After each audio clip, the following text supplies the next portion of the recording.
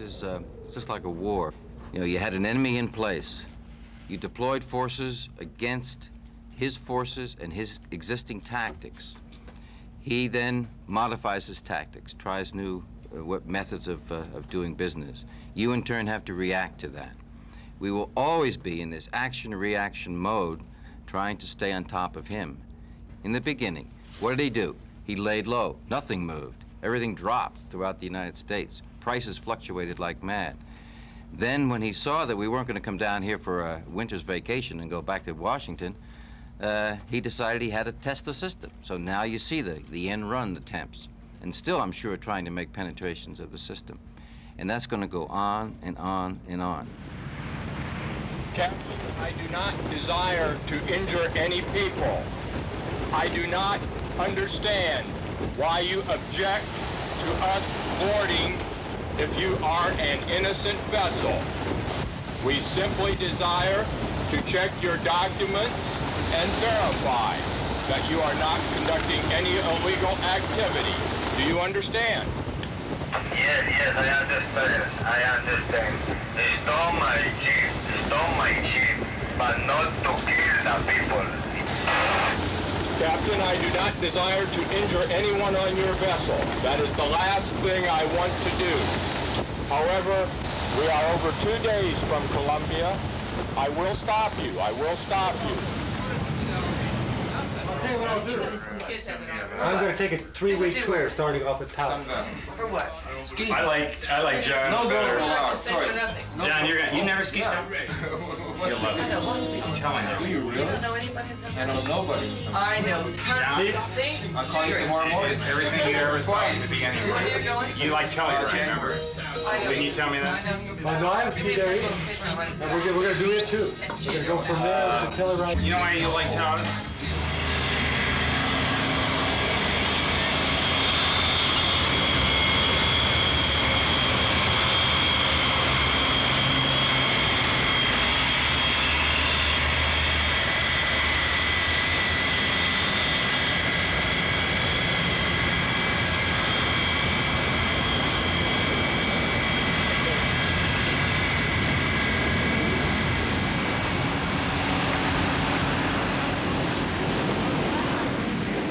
Going to use all of our resources to stop the flow of drugs. And we are, for the first time, through the South Florida Task Force that the Vice President heads, that the President set up, turning the screws. We now know that what kind of resources we have, how we can utilize those resources, and we will put a full court press on. The President has made it very clear that he considers drugs as one of the gravest problems facing us internally.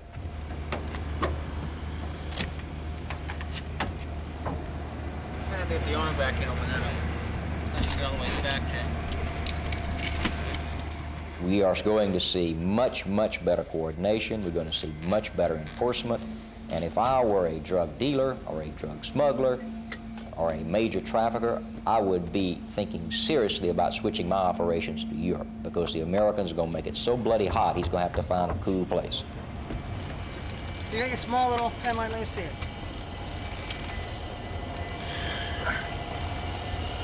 Yeah, that's all it is. It's like an oil pan.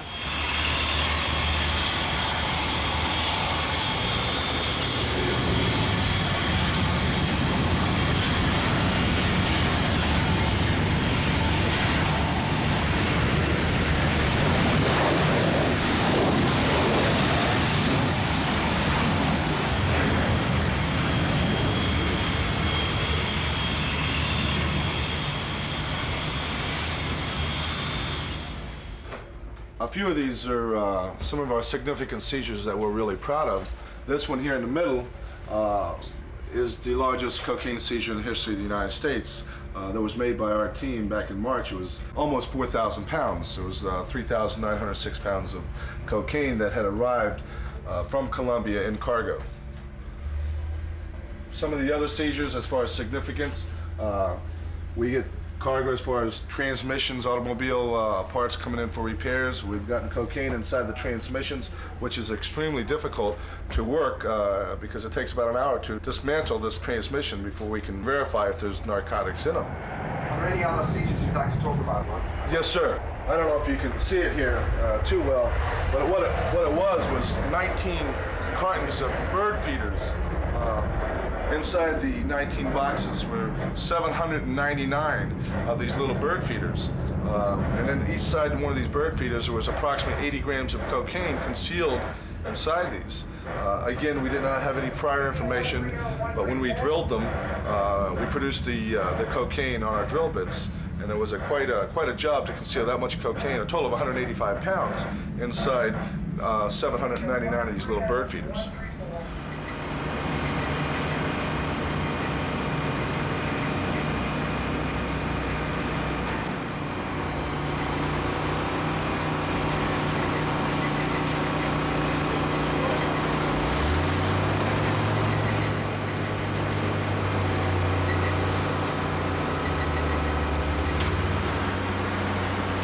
We can't, of course, get to every aircraft that are arriving and work the cargo.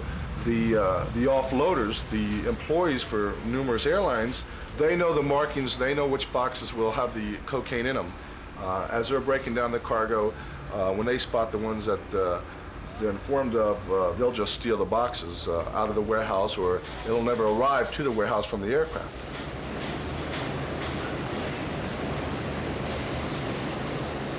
I've been with Customs now 11 years, and the volume of cocaine coming in has really risen. It's causing numerous murders and drug wars going on here in South Florida because the market is here, and Miami has been referred to as the cocaine capital of the world. And as a native Miamian, I have to agree with it. I've never seen so much cocaine entering our country since I've been with Customs.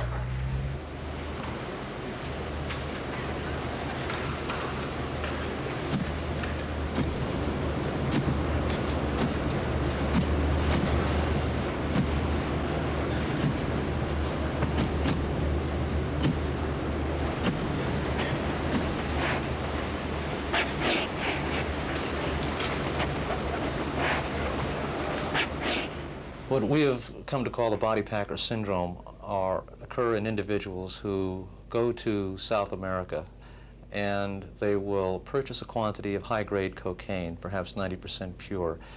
They will then package this either in condoms or in balloons into fairly small packets, about half the size of a hen's egg, and will swallow these.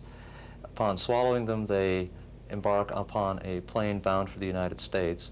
And once they have passed through customs, we'll then go to a hotel room, and by using a variety of enemas and laxatives and so forth, we'll try to excrete these and retrieve the condoms with the cocaine. And hence they'll be able to have successfully smuggled the drug into the United States. The problem with it is that the condoms are, in fact, permeable to water. Water can't seep through, and cocaine is very soluble in water. So therefore the cocaine leaks out, and the individual may absorb large quantities of cocaine. When this happens, we have the body packer syndrome, and it's usually an individual who has signs and symptoms of cocaine toxicity, such as dilated eyes, nervousness, sweating, anxiety, and the like, anywhere between the time he's aboard the plane to the time he's in the customs area of the airport, or perhaps he's found dead in his hotel room. When we perform autopsies on these people, we invariably find anywhere from 1 or 2 fairly large packets of cocaine inserted into one body orifice or another, or perhaps up to 100 or more condoms or balloons filled with cocaine, of which several may have ruptured. You have an enemy, you know where he's located, you know where he's trying to get through. You deploy your forces to meet him based on the tactics that he's using at the time you deploy him. If he has any guts, he'll come through and try and fight. These guys don't. They're trying to either lay low or go around, so they don't engage in battle. They change their tactics, and you're going to have to react to their changing tactics, and it's very similar to a war. We just can't get to engage them as much as I would like. You know, the Caribbean could be the Mediterranean in the middle of a war. Captain, during the night, I have received authorization from the government of Colombia to fire into your vessel to stop you if necessary. Do you understand? Yes, I understand, Captain. I understand. Captain, if you do not stop your vessel within the next hour, I will take action with gunfire to stop your vessel. The civilian and military forces of the United States are indeed awesome. And our task and our challenge is to focus their efforts and properly coordinate and channel that awesome might to address the problem. We haven't done it completely. As in any human undertaking, there's always room for improvement, and we're learning as we go along. And keep in mind, the use of the military is like 9 months old, or our capability to use it for this purpose is very, very recent, and we're really charting uncharted waters here. But I think, in the abstract as you cast it, our might to deal with that problem is greater than theirs. Our task is that we have certain constraints that the dopers don't have. They're not worried about their own budgets. They're not paying taxes on their profits. They have no constituency to serve but themselves. We're constrained by the rule of law and by the rule of reason men in attacking a sort of problem, and they're not. Their enforcement tactic is very effective. They kill people with machine guns. Fishing vessel Kone, this is Coast Guard 629. Captain, I have given you 1 hour to stop your vessel. You have chosen not to stop your vessel. At this time, I am warning you that I am commencing the fire. 3160.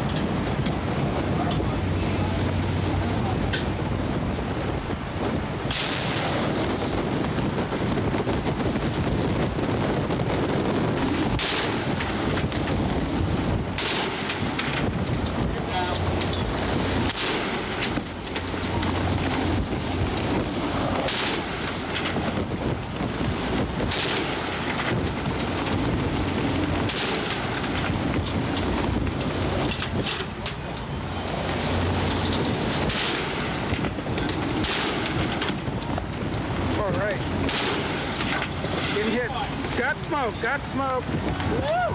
All right! See ya. Whoa.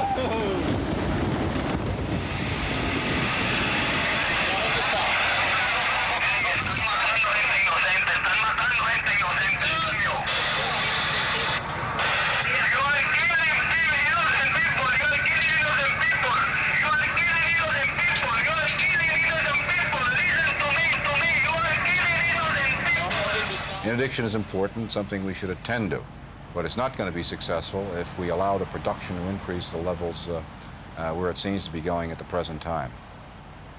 We believe that the primary obligation, as far as the illicit traffic of cocaine is concerned, rests upon the countries where it's produced and through which it's trafficked. This is an obligation they assumed under the Single Convention, which covers the production of cocaine, heroin, and marijuana.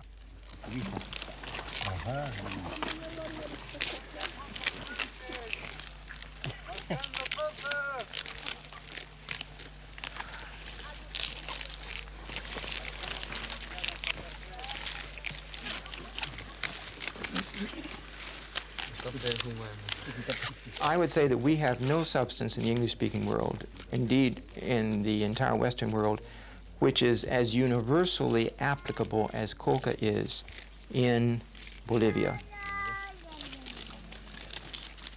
They use coca as a medicinal substance. We found that it could be used medicinally in over 40 ways. It could be combined with as many as 39 different other medicinal herbs. It can be used to heal wounds. It can be used most of all for stomach ailments. It can be used for headaches. It can be used for arthritis. And it can be used to treat what I would call psychosomatic disease. That is, illnesses that are attributed to Andean spirits that are very real to these people and that can bring illness which is so severe it can bring death. In that case, coke is one of the few things that one can offer to placate the spirits so that one is restored to health.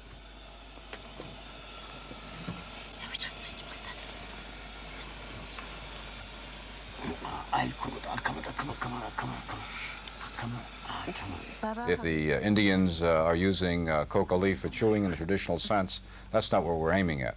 We're aiming at the production of coca that comes into the market as cocaine. And that, we believe, is not a traditional use that the Indians have made of the coca leaf. This is a relatively new innovation. This is a profit-making motive, and the profits are largely going to outsiders.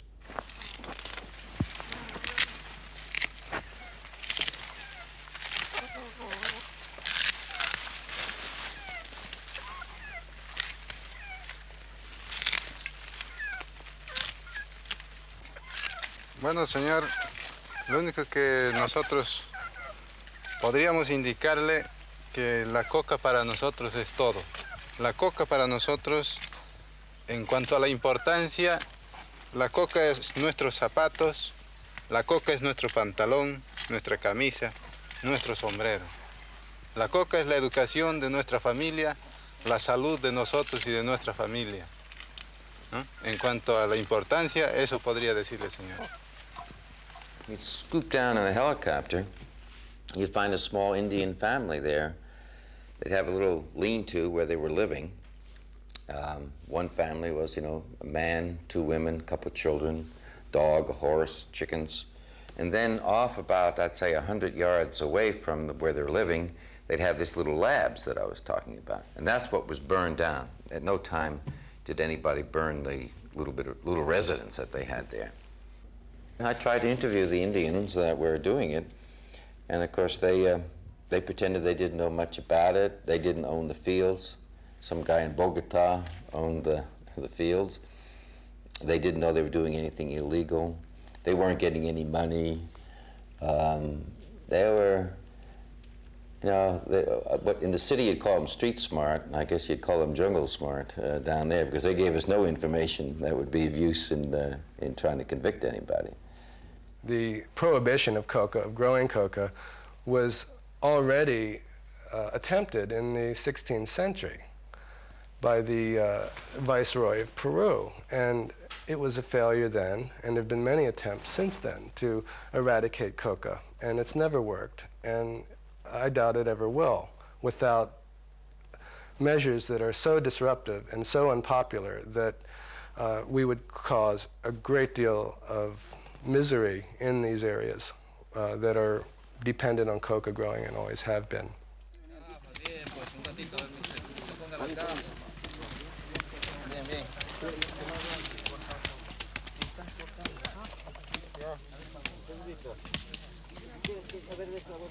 It's very unfair to blame the so-called cocaine problem in the United States on the Andean peasants who have been growing coca for more than 5,000 years. For the U.S. government to go to Peru or Bolivia and physically destroy coca plantations, to burn them, to cut them down, to defoliate them, is a ridiculous policy. And it's very hard for people to swallow down there because, first of all, we don't have a very good image in many Latin American countries, which has been a problem over the years. And this is seen as a direct act of aggression, of imperialism, fostered by the United States. And in many cases, it is imposed upon these South American governments more or less by a kind of economic blackmail.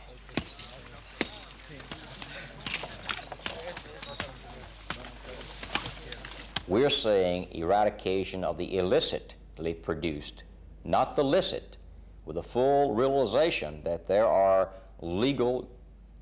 is legal chewing of coca leaves in Bolivia and Peru, and I answered that question very cautiously. We're not out for the licit, but the illicit.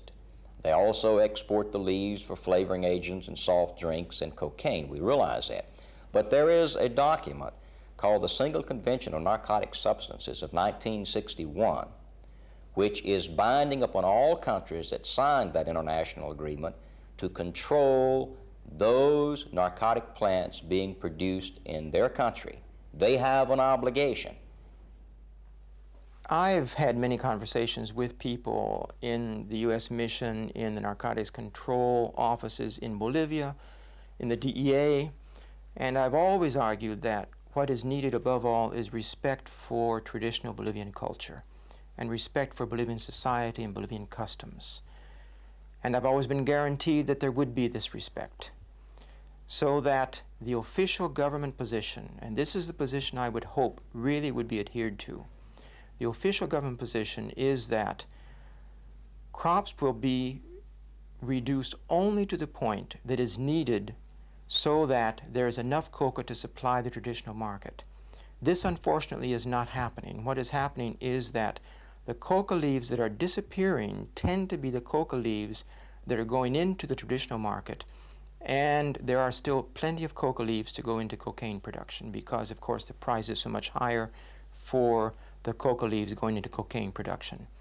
Knowing Bolivian past history, I am skeptical that this can ever be controlled because nothing has ever been controlled in Bolivia. And because of this, I'm very apprehensive that instead of eradicating coca, what we may end up doing is engaging in genocide of a very proud and very worthy cultural tradition.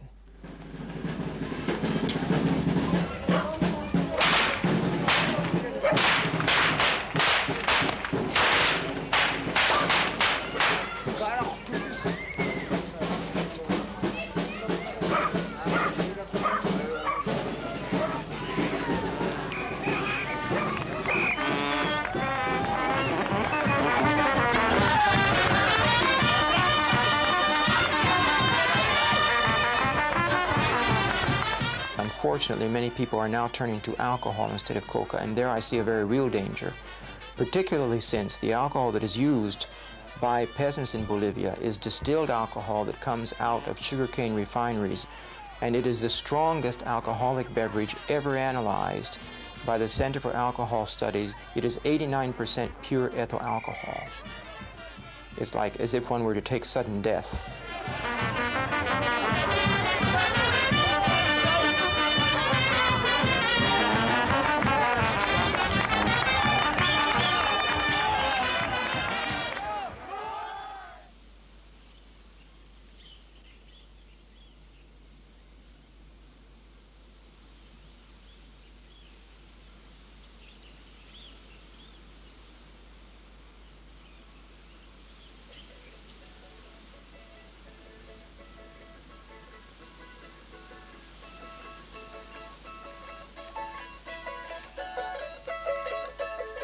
In the coca leaf from which cocaine is derived, we find about 0.5% to 1.5% cocaine. In the long-term studies of the coca chewers in the Andes Mountains in Peru and Bolivia, these studies that have been going on since 1926, there have been no indications of any dysfunction to their lives or to their health. And indeed, there's evidence that it's very functional and very healthy, and there's a nutritional complement in the coca leaf that comes along with the cocaine.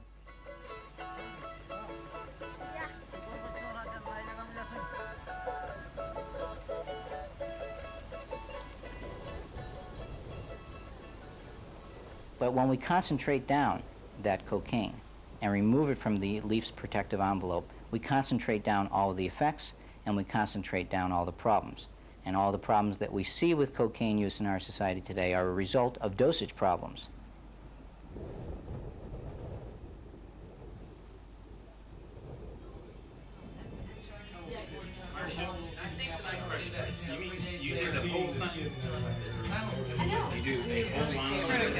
Excuse me, and also the deaf and dumb actually start coming in. Deaf mutes start coming in. Happy hour for deaf mutes start coming in. And everyone's fine. No, I was just asking. In the older days, it was a drug of deviants, of black musicians, of bohemians. And yet, on the other hand, it's the drug of very wealthy, successful people, entertainment figures that people look up to. So I think there's a double image to it. It's racy and illicit and fast and very much a status thing. I've heard somebody say that in parts of California today that you just have to have a box of white powder on you. I don't suppose many people even know what it is, but just that you offer white powder to people to snuff is a great sign of economic status. You know, it really is a way of If you're in a room and somebody passes cocaine to you, lines of cocaine, it's an interesting economic gesture. You know, it's like saying, "Here's $20, stick it in your nose." No, that's I can give you that money. His defense, no, but they said the book was kind of his defense money and whatever. And he told one lie that it would be nullified. I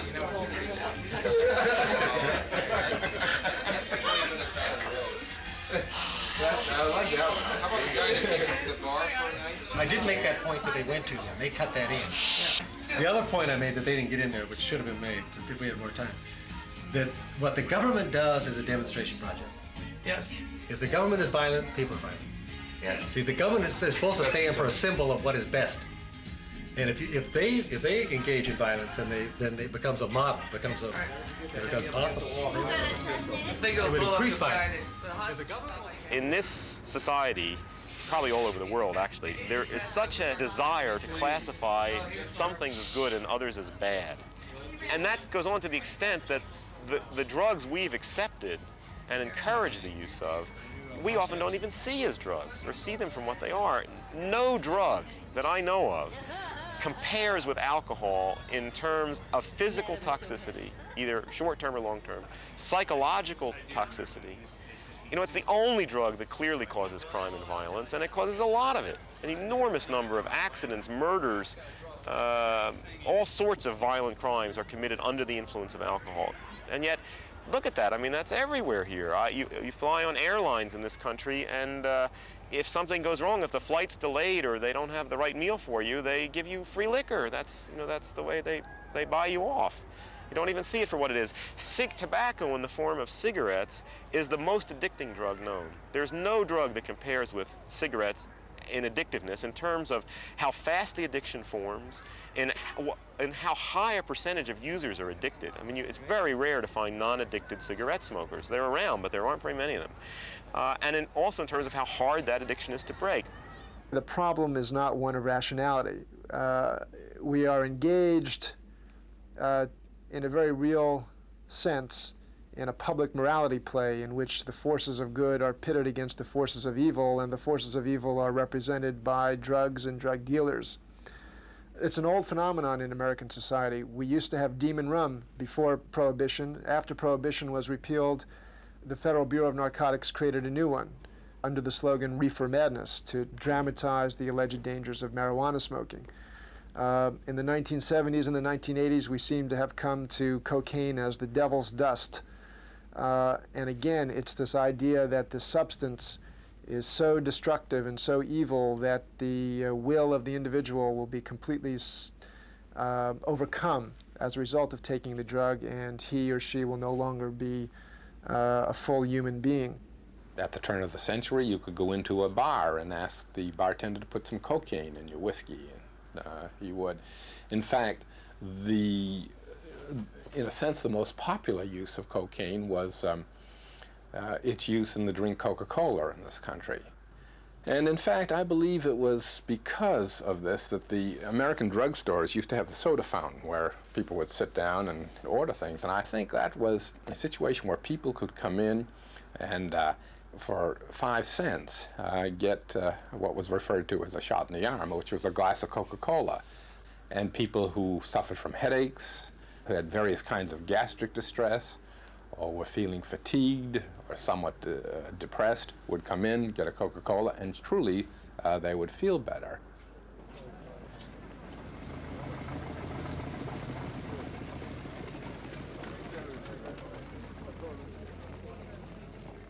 I feel that the laws should be in touch with the pharmacological reality of what we know about drugs. For example, cocaine is classified as a narcotic drug. This is because of an historical accident. Coca and cocaine products were legal and over-the-counter in the United States, as they were in much of the rest of the Western world in the 19th century, in the latter part of the 19th century.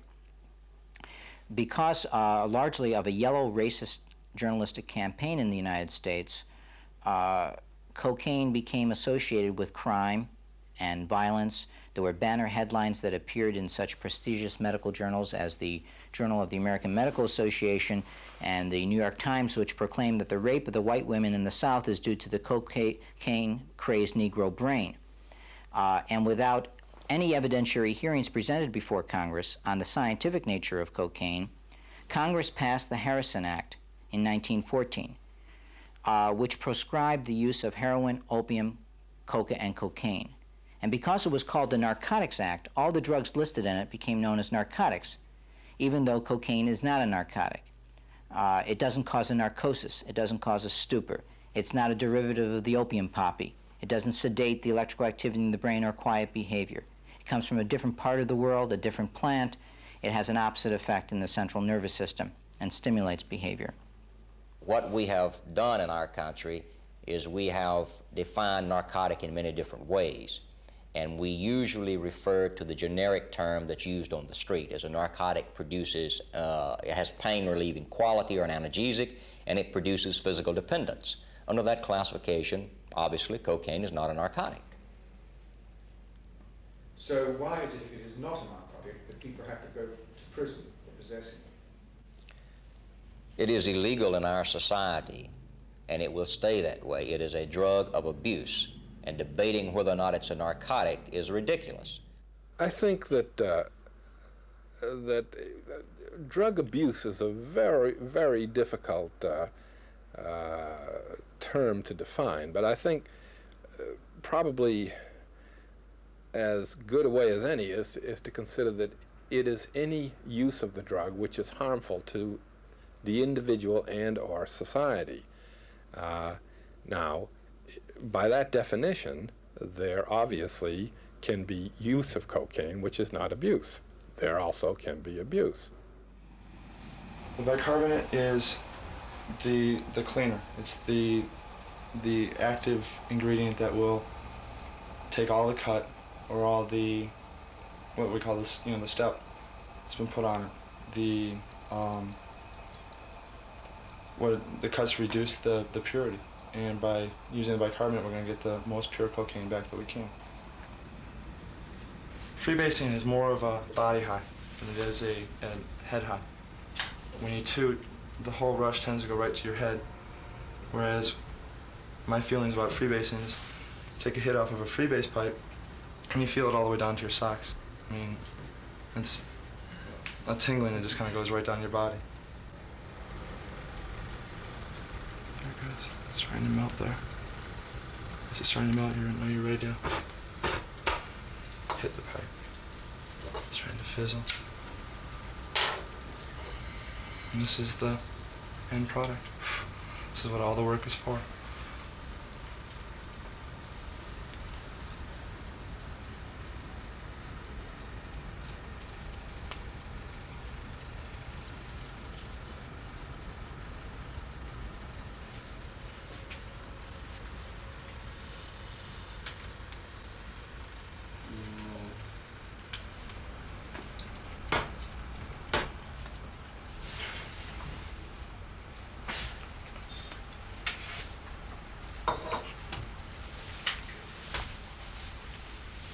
How is it?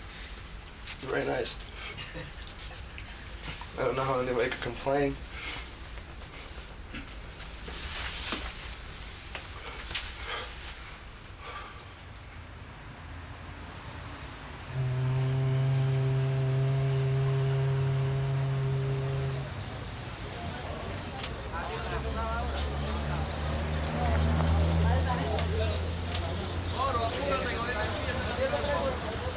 Most of the people in the United States that we feel that we have sufficiently surveyed and sampled are using cocaine. They're not abusing it. The most dangerous aspect of their use, and one that should concern their health, is the fact that they are engaged in a criminal activity. And they have to suffer the slings and arrows of outrageous criminal penalties for their use, which would be far more detrimental to their health and welfare than anything that cocaine will produce. The use of cocaine and the distribution of cocaine is prohibited by federal law and by the law of every single one of the states, by all 50 states.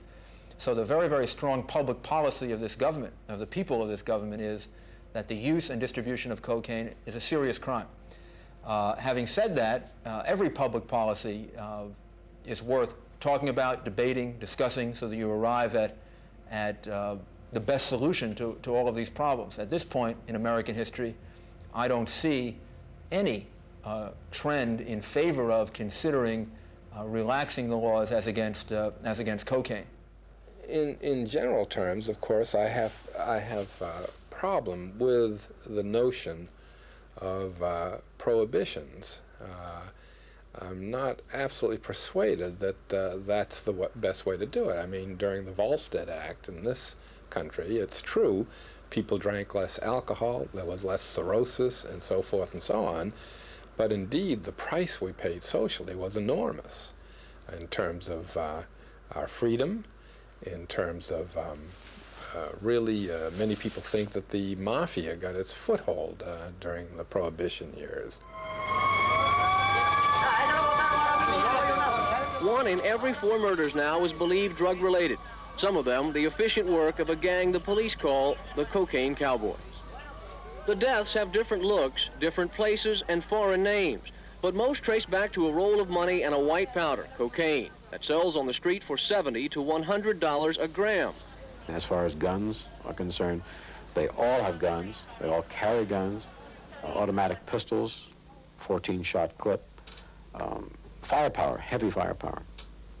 Now this mostly Latin, loosely organized band of drug smugglers is becoming what police are calling a slowly emerging Latin mafia, complete with territories of influence and a terribly swift and final form of justice by execution.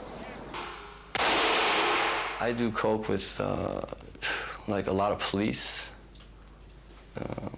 undercover agents, lawyers, big shots. I mean, big people with a lot of clout.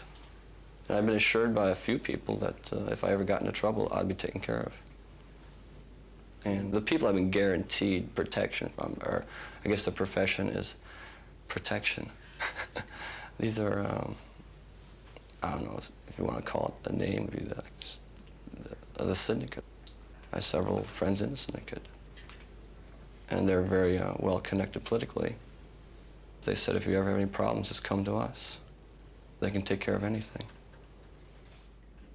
One of the paradoxes of drug law enforcement is that the very act of enforcing the law, the criminalization, is the very thing that makes it profitable and that ensures its survival. I think it's obvious that this $30 billion a year business could exist only under a condition in which the drug is illegal and therefore worth so much more than its $1.70 per gram price. The stakes are so much higher with cocaine than with other drugs. Whereas a pound of marijuana will sell for approximately $400, a pound of cocaine will sell for $30,000.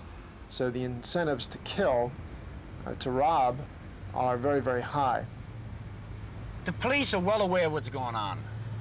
They can play dummy all they want. They know all the shooting gallery spots. They're scared to go in there because most of the dealers, they're all heavily armed and they have big shootouts. And they just go, as long as you don't upset the apple cart, they won't bother you. But if they come over to you and they tell you they know what's going on in a roundabout way, give them the respect of shutting down for a day or two, and you could operate another month. If you don't show them the respect, they call their flying squad. They come in on you with bulletproof vests, heavy artillery, and 9 out of 10 times, somebody gets hurt, a drug dealer, and I mean bad, because they got to teach a lesson every once in a while. But other than that, they know where all the hot spots are in the city. They can't do nothing about it shutting it down because there's too many of them. But like I said, they keep it limited. Where, as long as nobody's getting stabbed or shot in the places, they let them go on. They're pretty decent about that, and most of them are on graft anyway. The man that deals, you never know who he is, and they go by names, like they call their package. Some of them call him Swingin' Sue, the bitch. That's all individual names, and each person has a copyright on them. What happens if people don't pay up? That's what you call a head story. You go for the head to kill the body. They got one chance, I call it one-shot credit. Whatever their fix is, they could trust me for that. If their fix is $50, I give them that $50 trust. If they don't pay it, not only will they not cop off me again, they can't even come in my territory, plus I'd give them a little going-away present. Like a little broken leg or a broken arm, whatever it costs for that. And get my $50 or $100 they owe me, whatever it was. There was no such thing as give me a break. I'm not a forgiving person.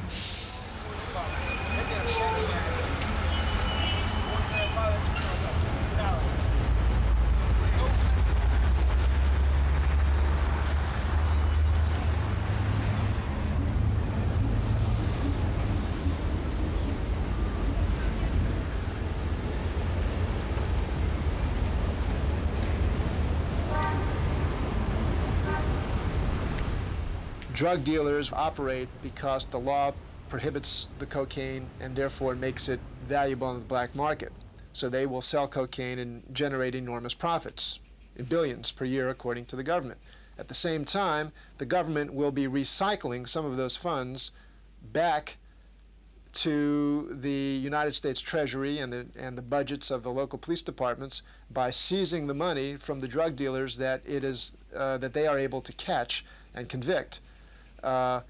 And so you will have a system of mutual interdependence that will sustain itself like a perpetual motion machine. In effect, drug agents will be making money for the governments that employ them. I think at that point, there will be not a single voice raised in protest.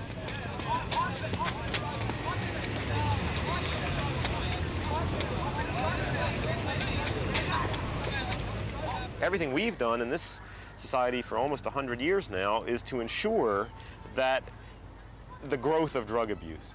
And it amazes me that we still do it. You know, you try certain methods of dealing with the problem, that is punishing users, trying to stop use, trying to scare people away from drugs, and all that happens is more people use worse drugs in worse ways, and then what do? You do it more. You keep doing it over and over again. You look at what's going on now with the present administration, it's the same old stuff.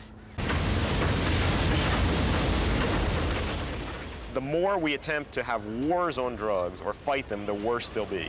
We have many more people using many more drugs in many worse ways and forms than we did before we had drug laws. Put it all in. Okay, wait a minute. Okay. No te apures. All the way in and to come out. Great. ¿Cómo estás? I'll tell you in a few minutes. Okay. Please, will I take care of my shit right now? Okay. What's that? It's coming.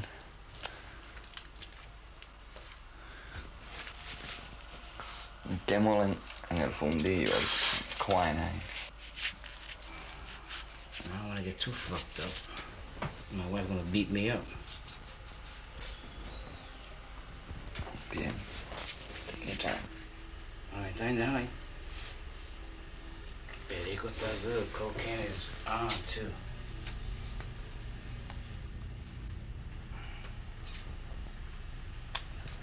You better take it a little more suave, right? It's fucking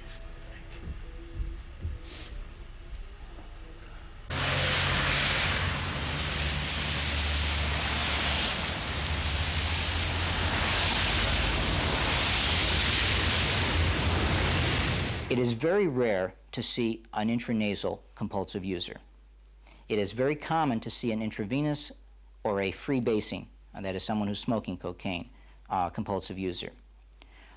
And we're talking about less than 1% of the 15 million people who are using cocaine in the United States who fall into this category of compulsive use.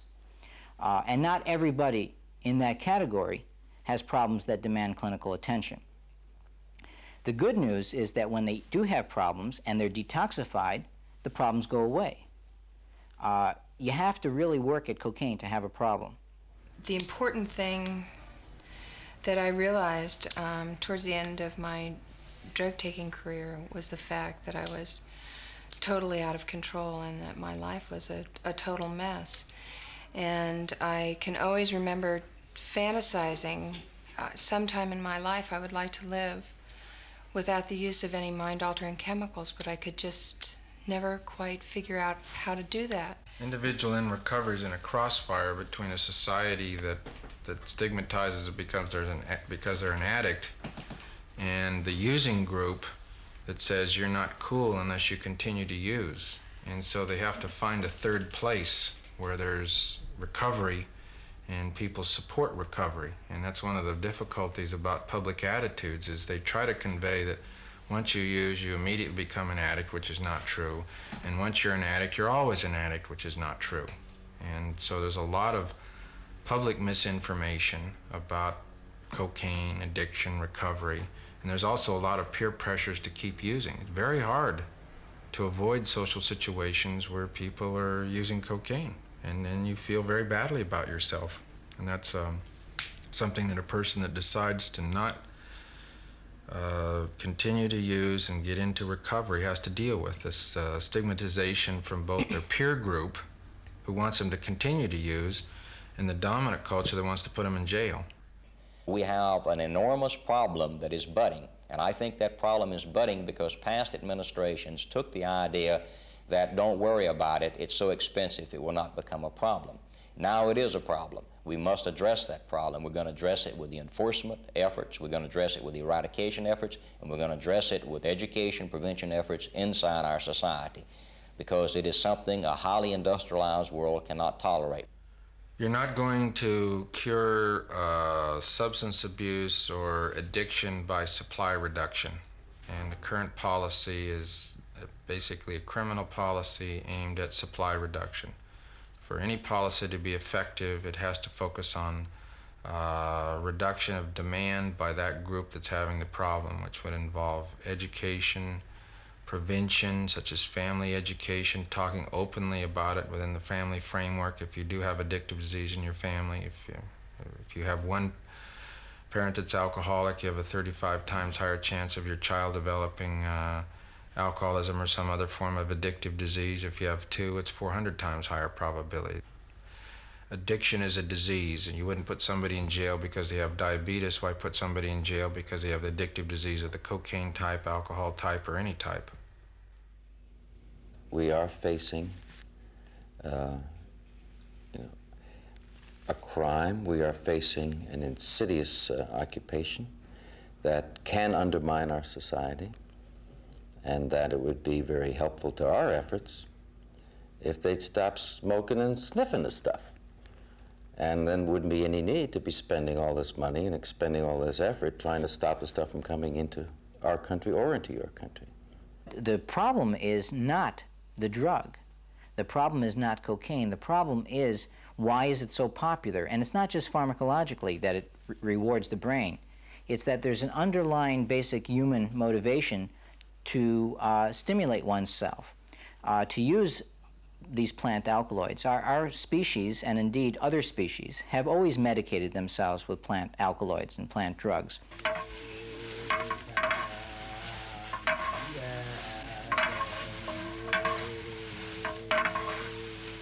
I have consistently been struck among the Cubeos and other Amazonian tribes of the utter lack of curiosity among children about coca. Every hut has a can of coca.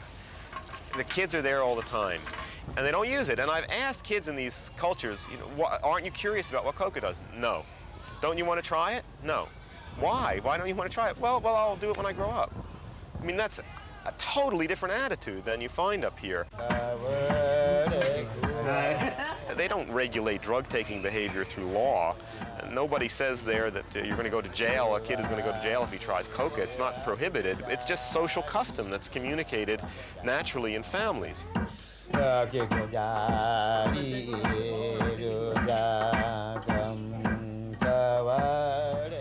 Frankly, I'm not convinced that we can do so much to cure drug abuse or treat it once it's there.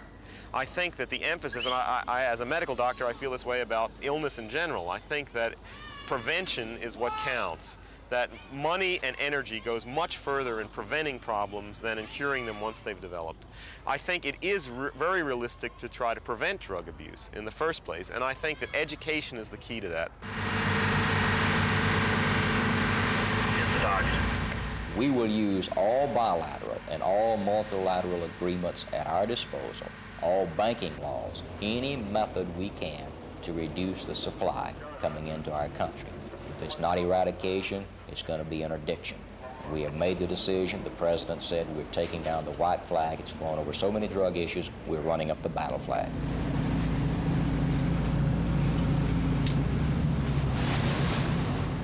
If you read the speeches of the President of the United States or of the politicians who have recently coalesced for bigger drug enforcement budgets, it becomes clear that there is simply no demand for a rational alternative. There's no need for a rational alternative. And quite the contrary, one could argue that there is a need for this psychodrama of a struggle between good and evil, in which the drug and the drug dealers assume the properties of the devil and can be warred against, although, of course, it's a war without an end, without a victory, without a victor.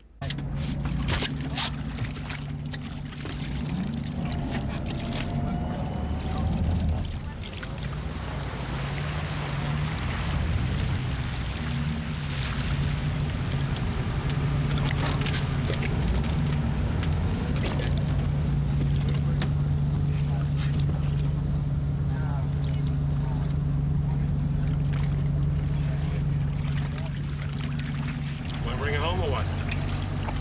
Yeah, let's just take it. I'll fly sector, stay on 3. I'll come back to you on 3. Okay. Sector, Mike 173. Mike 173, center. Yeah, be advised, we're going to bring that boat into Pop 100 for a search, course of search.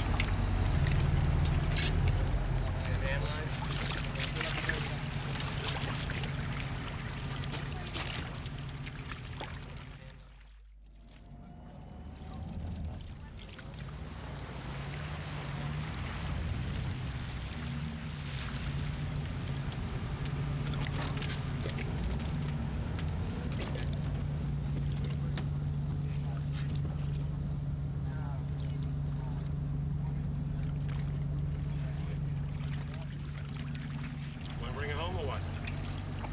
Yeah, let's just take it. I'll fly sector, stay on 3. I'll come back to you on 3. Okay. Sector, Mike 173. Mike 173, center. Yeah, be advised, we're going to bring that boat into Pop 100 for a search, course of search.